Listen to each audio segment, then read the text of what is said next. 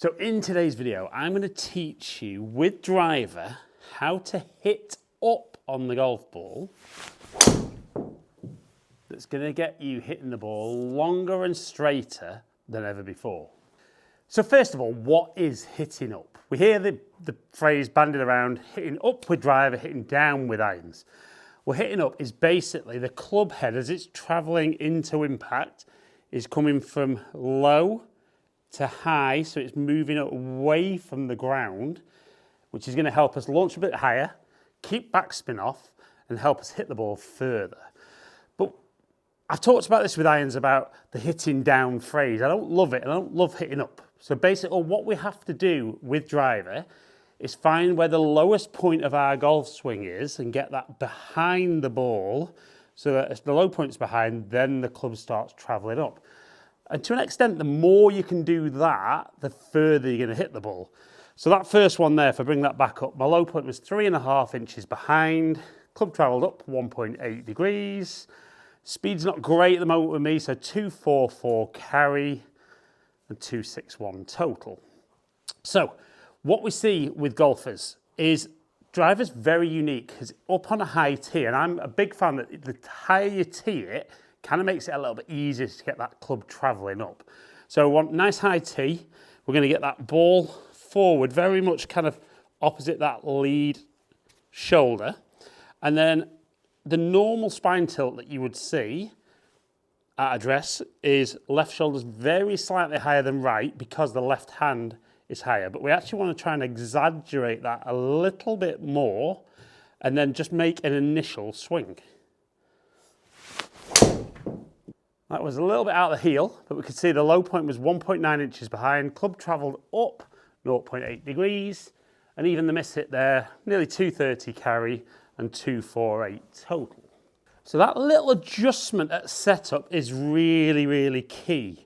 And the idea about getting those shoulders more like that as well is if we were to look down the line, the more tilt there is, actually the more the shoulders start pointing off to the right, whereas when the shoulders get level, that gets the shoulders going left. And where the shoulders point is a massive influence on the path the club travels. Now, if I was swinging more over to the right, and I'll let the club touch the ground here, we could see how I would touch the ground behind the ball. Where if I swung more to the left, I would start hitting ahead of the golf ball. So that's where the angle of attack can be influenced massively with that little bit of tilt of the shoulders, but it also closes the shoulders off a little bit. Now, I'll explain in a minute why path out to the right is a big help when you've got the club travelling up. But once we get there at address, that's giving us a chance to do it. Now, what we would want to see is, you see the head's behind the ball, kind of very central. So as we make our backswing, we turn all the body behind, and then we still want to get that lower body driving towards the target. But whereas when the ball's on the ground, you're happy to let everything move towards the target. We're going to try and keep the upper body back behind the ball while the lower body drives. That should get that low point behind and get that club travelling up even more than that first one. So from there, got that set up, and turn behind the ball, and then try and keep the upper body behind. Now see excessive there, 7.6 inches behind, clubs travelled up 4.8 degrees, and then all of a sudden 251 carry and nearly 268 total. Now obviously the mistake I see with lots of golfers is they move that ball forward, they get those shoulders too level, and then they top it. If they get the club on it, there's no loft and the ball just goes nowhere.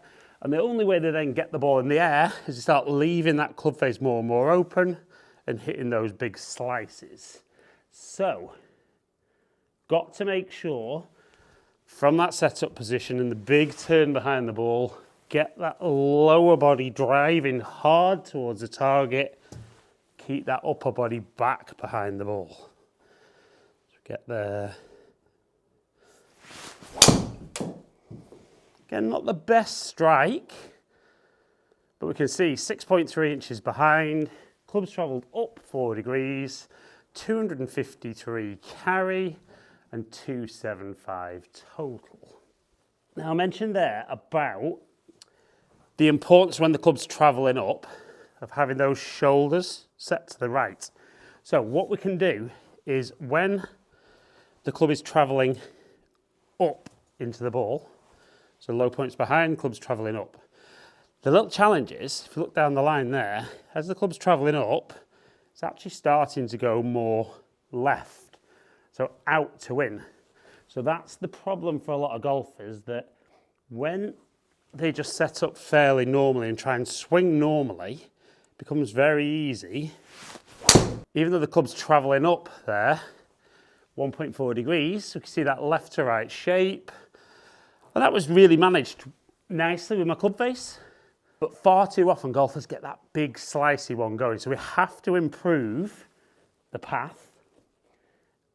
Now, if you are a golfer who gets that club face open and slices the golf ball, if you watch, if that low point's ahead of the ball as well, as you're coming in, you're catching the ball before the low point. So you see where that club face could be. Whereas if we're catching it later in the swing, the club head has got a little bit longer to square up and close.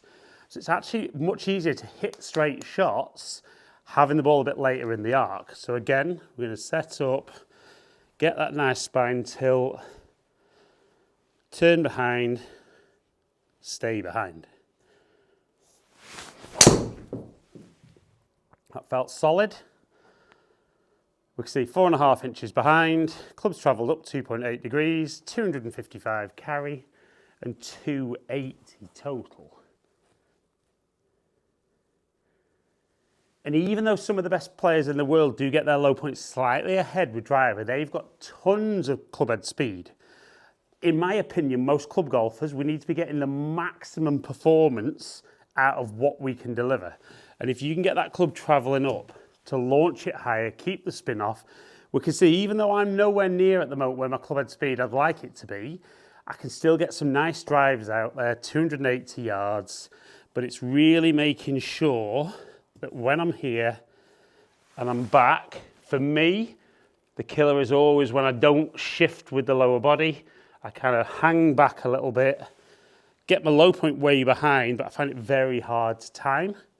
So as long as my lower body's driving towards the target, upper body stays back. You see there, my head will be well behind the ball at impact. That gets the club moving better. And if I can stand up, get into that position and try and put some speed in, we can see low point 4.7 inches behind, clubs travel up 2 degrees, 255 carry and 280 total.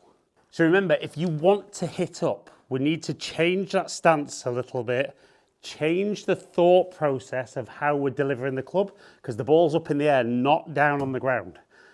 Might do a video driver off the deck, but I don't think too many will need that. But if you can set up well, deliver the club effectively with driver, start becoming as efficient as possible. So you can put less in and get more out. And if you can do that by hitting up with driver, you're just going to start hitting the longest, straightest drives ever.